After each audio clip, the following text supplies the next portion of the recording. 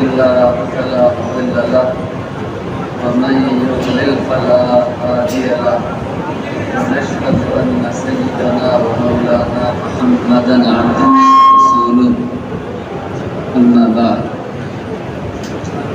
فقد قال الله تعالى في القرآن المجيد والفرقان الحميد أعوذ بالله من الشيطان الرجيم يا أيها الذين آمنوا اتقوا الله حق تقاته ولا تموتن إلا وأنتم مسلمون وقال إن الذين قالوا ربنا الله ثم استقاموا فلا خوف عليهم ولا هم يحزنون أولئك أصحاب الجنة خالدين فيها جزاء بما كانوا يعملون صدق الله العظيم. وقال النبي صلى الله تعالى عليه وسلم لا يؤمن أحدكم حتى يكون هواه تبعا لما جئت به أو كما قال عليه الصلاة والسلام. محترم علماء کرام اور تشریف لائے یہ پرانے احباب، یہ اللہ کا فضل ہے کہ اللہ تعالیٰ نے دین کی محنت میں ہم سب کو بنیاد بنایا ہے. یہ اللہ کا بڑا فضل ہے. علماء اللہ کی طرف سے دین کی محنت میں بنیاد ہے. بنیاد اگر علماء اپنی ذمہ داریوں میں ہل جائیں گے تو پوری امت ہل جائے گی. اگر یہ ہل گئے تو پوری امت پھر ہلی ہوئی ہے، اس میں جماع نہیں ہے. اور جماع کا نہ ہونا یہ اللہ کی نگاہ سے گر جانا ہے. اور جب اللہ کی نگاہ سے گر جائیں گے تو نہ کثرت عدد ہمیں فائدہ دے گا، نہ کثرت عدد ہی ہمیں فائدہ پہنچائے گا. نہ تعداد کی کثرت سے ہمارا کچھ بنے گا اور نہ اسباب کی کثرت سے ہمارا کچھ بنے گا. اگر ہم گر گئے اللہ کی نگاہ سے. اس لیے ہمیں صرف عمل نہیں کرنا ہے، عمل کر کے فارغ ہونے والا عمل کی قبولیت سے استغنا ظاہر کرنے والا ہے. عمل کر کے فارغ ہو جانے والا عمل کی قبولیت سے استغنا ظاہر کرنے والا ہے. جیسے عمل نہ کر کے کوئی انسان اللہ سے دور ہے، ایسے ہی عمل کے قبولیت کی فکر نہ کرنے والا عمل کرنے کے باوجود اللہ سے دور ہے. اللہ سے دور ہے. اسی لیے ہمیں اس پر نہیں خوش ہونا ہے کہ ہم دینی خدمات میں مشغول ہیں. ہمیں اس پر خوش نہیں ہونا ہے کہ ہم دینی خدمات میں مشغول ہیں. اگر ہماری طبیعتوں میں یہ بات پیدا ہوئی تو دینی خدمات سے ہمارے اندر استکبار پیدا ہوگا. ہماری طبیعتوں میں دینی خدمات پر استکبار پیدا ہوگا، تکبر پیدا ہوگا، اور پھر دینی خدمات سے حب جاہ کے ہم مریض بنیں گے. جسمانی مریض جتنا خطرے میں نہیں ہے، روحانی مریض اس سے زیادہ خطرے میں. جسمانی مرض کا نتیجہ موت ہے اور روحانی مرض کا نتیجہ ہمیشہ کی آخرت کا بگڑنا ہے، نقصان ہے. اسی لیے ہمیں دینی خدمات کر کے اپنے کو فارغ نہیں سمجھنا. ہر چھوٹی بڑی خدمت کو ہمیں قبول کرانا. جن میں قبولیت کی فکر ہوتی ہے ان میں استغفار ہوتا ہے. صحابہ کی عمومی صفت اللہ تعالیٰ نے استغفار، اور وہ بھی رات کے آخر حصے میں، استغفار. وَبِالْأَسْحَارِ هُمْ يَسْتَغْفِرُونَ. وہ اللہ کے اپنے بندوں سے بالکل قریب ہونے کا وقت ہوتا ہے۔ اللہ کے اپنے بندوں سے قریب ہونے کا وقت ہوتا ہے، اور اللہ کی عنایت اپنے بندوں کی طرف پوری طرح متوجہ ہوتی ہے۔ اللہ کی عنایت، اللہ کی شفقت، اللہ کی رحمت یہ پوری طرح بندوں کی طرف متوجہ ہوتی ہے۔ ایسے وقت میں وہ طبقہ جس کو اللہ اپنے دین میں بنیاد بنائیں، وہ طبقہ جس کو اللہ اپنے دین کی محنت میں بنیاد بنائیں، جبکہ اللہ ہم علماء کیا انبیاء سے بھی اپنے دین کے بارے میں مستغنی ہے۔ ہم اس زمانے کے علماء نہیں، اس زمانے کے صلحاء نہیں، اس زمانے کے مصلحین نہیں، اس زمانے کے دعات نہیں۔ اللہ تعالیٰ انبیاء جیسی پاکیزہ نفوس سے بھی اپنے دین کی محنت کے بارے میں مستغنی ہے، مستغنی ہے انبیاء جیسے پاکیزہ نفوس سے بھی۔ اسی لیے جن کو اللہ تعالیٰ اپنے دین کی محنت میں اپنے فضل سے اگر اللہ کے فضل کی چادر نہ پڑی ہو تو ہم اگر اپنی خلوتوں پر غور کریں گے تو اس قابل بھی نہیں پائیں گے کہ ہاں کوئی ہمیں رغبت کی نگاہ سے دیکھے۔ اگر ہم اس لیے کہ اب ہمارا گناہ وہ نہیں ہے جو امت کے عام افراد کا گناہ ہے۔ عام افراد کا گناہ، زنا جیسا گناہ، اس سے زیادہ معیوب ہمارا کسی پر غلط نگاہ کا ڈالنا ہوگا۔ ہماری بدنگاہی امت کے درمیان یہ امت کے عموم کے زنا سے بھی زیادہ گھناؤنی اور گندی ہوگی۔ تو ہمارا گناہ وہ نہیں ہے جو امت کے عموم کا گناہ ہے، امت کے عموم کا گناہ وہ نہیں ہے۔ آج تو ہمارے سر سے ٹوپی اتر جائے، ہماری عوام کو یہ گوارا نہیں ہے۔ غلطی سے ہماری داڑھی کٹ جائے تھوڑی سی تو امت کے عموم کو گوارا نہیں ہے۔ آدمی مجبوری میں لباس بدل دے، امت کے عموم کو گوارا نہیں ہے۔ جب امت کے عموم کو یہ گوارا نہیں ہے ہمارے بارے میں، تو سچ بتاؤ جس اللہ نے قیادت اور سیادت عطا فرمائی اپنے دین کی، ہم سب کو اس اللہ کو ہماری کسی طرح کی کمزوری کیسے برداشت ہوگی؟ یہ ہمارے سوچنے کی چیز ہے۔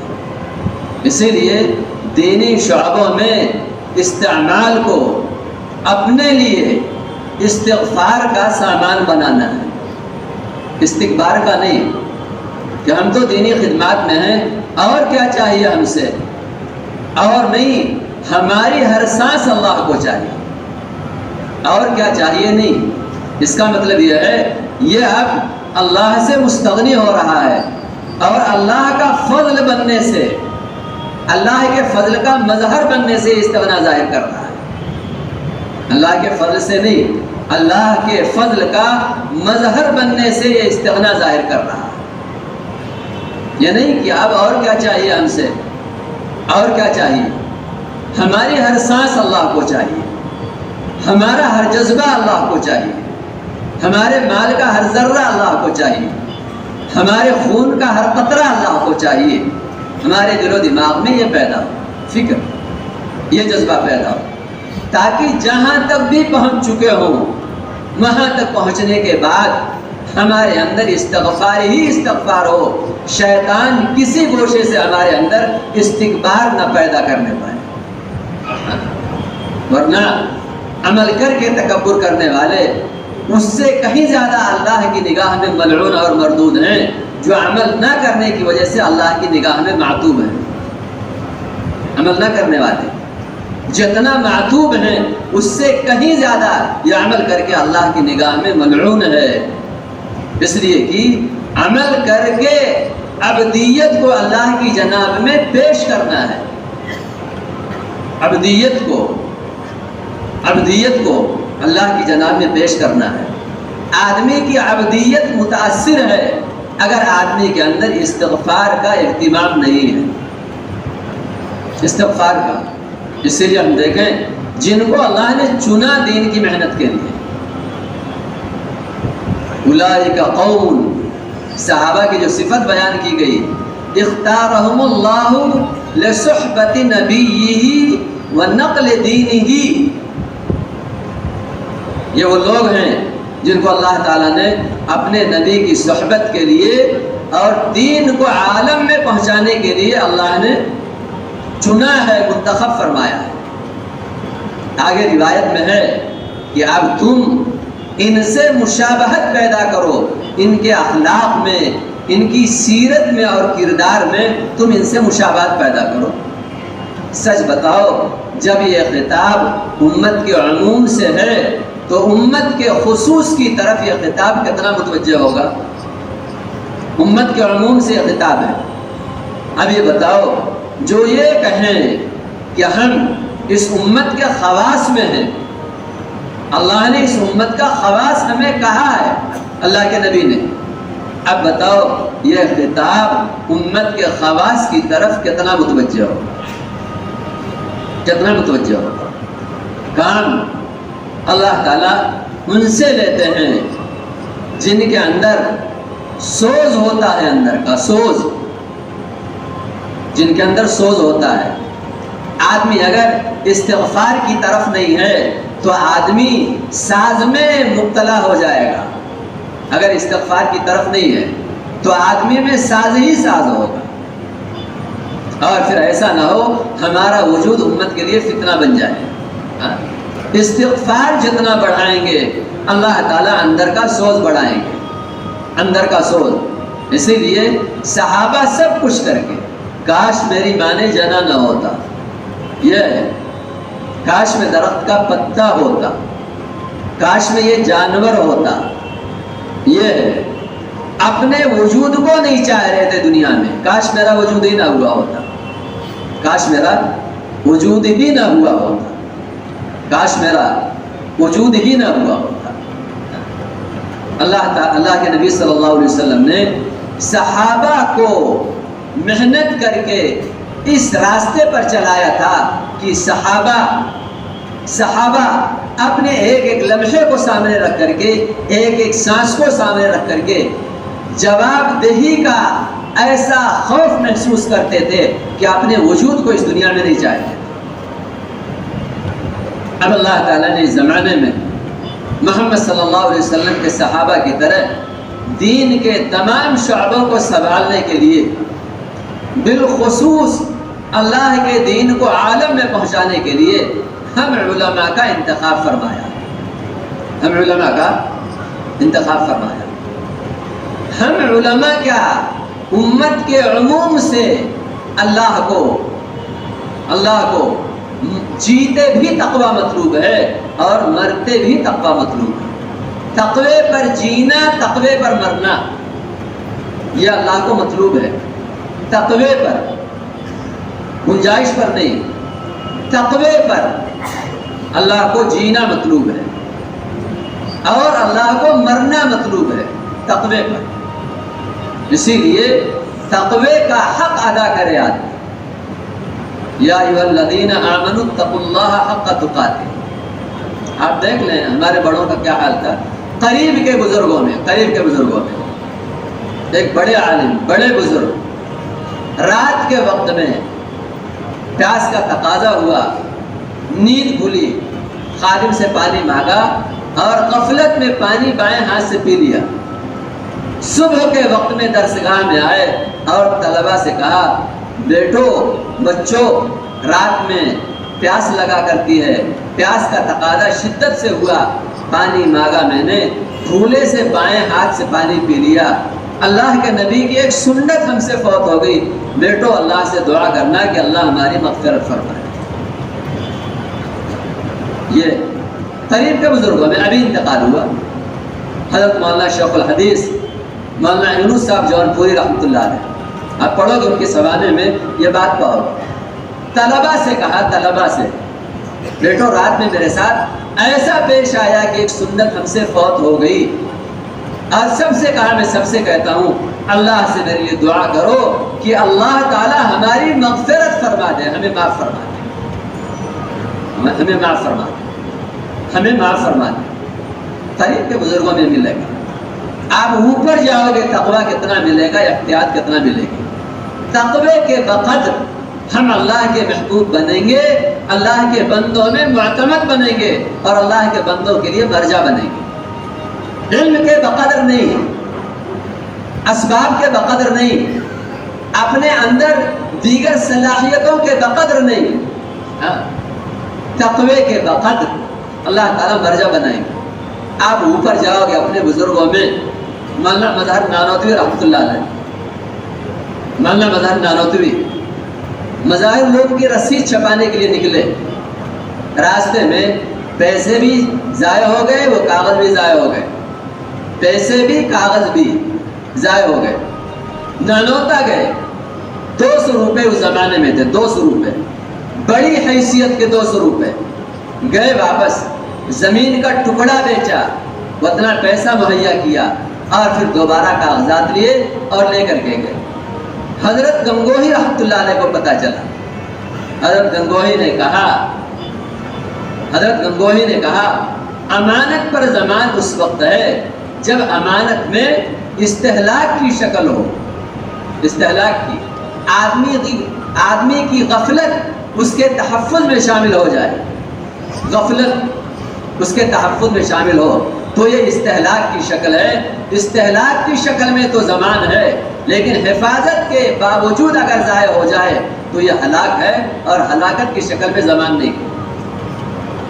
مولوی مظہر کو اتنی دقت نہیں اٹھانی چاہیے تھی، اتنی تنگی نہیں برداشت کرنی چاہیے تھی۔ حضرت مولانا مظہر نانوتوی رحمۃ اللہ علیہ تک بات پہنچی تو بہت افسوس میں کہا مولوی رشید نے ساری فقہ ہمارے لیے ہی پڑھ رکھی تھی، یہ نہیں، اللہ جزائے خیر دے، مولانا نے ہمارے لیے گنجائش کی راہ پیدا کی، میرے لیے آسانی پیدا کر دی، مجھے اللہ کے یہاں ماخوذ ہونے سے اور اللہ کے ان بندوں میں مجروح ہونے سے اس آدمی نے بچا لیا۔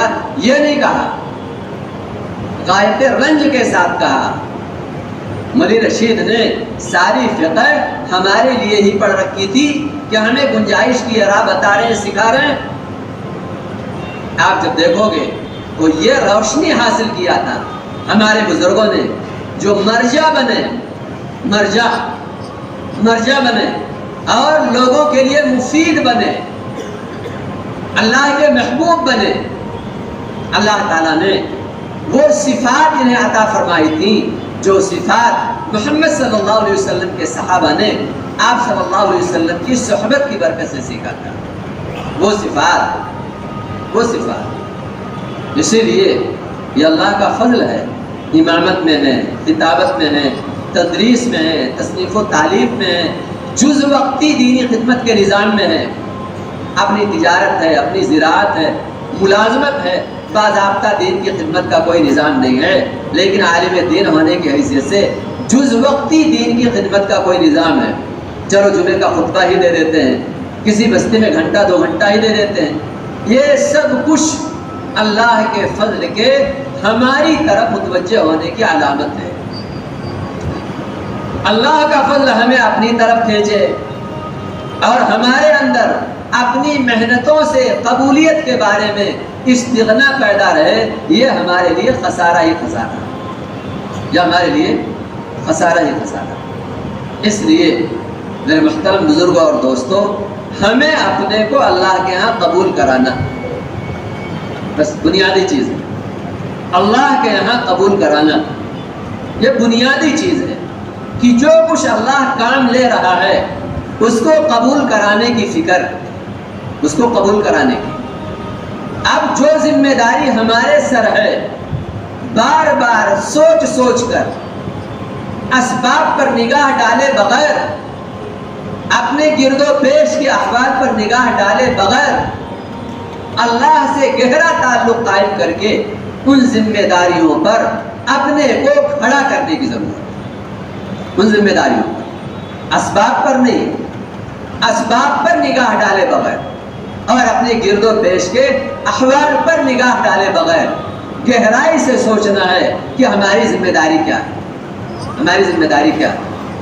قربانی کا راستہ اس کے لیے کھلے گا جو اس رخ سے سوچنا شروع کرے، باقی راستہ نہیں کھلے گا۔ حضرت ابوبکر صدیق رضی اللہ تعالیٰ عنہ نے جو سب سے بڑی قربانی کا راستہ اپنے لیے کھولا ہے وہ یوں کہہ کر کے کھولا ہے اَيَنْقُصُ الدِّينُ وَأَنَا حَيٌّ، یہ کہہ کر کے کھولا ہے اَيَنْقُصُ الدِّينُ، دین گھٹے، دین میں نقص پیدا ہو، میرا وجود زمین پر باقی رہے، یہ دونوں چیزیں کیسے جمع ہو سکتی ہیں؟ یہ دونوں چیزیں کیسے جمع ہو سکتی ہیں؟ جب تک ہر عالم دین کی فکروں میں، اس کی سانسوں میں، اس کے خون کے ایک ایک قطرے میں جب تک یہ فکر سمائے گی نہیں، تب تک اللہ تعالیٰ اس کو اس کے علم کے تقاضوں کے لیے قبول نہیں فرمائے۔ آدمی قبول ہوتا ہے اپنے اندر کی فکروں سے، اسباب سے نہیں قبول ہوتا ہے، اسباب سے نہیں قبول ہوتا ہے، ہر طرح کی آسانیوں پر نہیں قبول ہوتا ہے، اندر کی فکروں پر وہ قبول ہوتا ہے، اندر کی فکروں پر، وہ اندر کی فکروں پر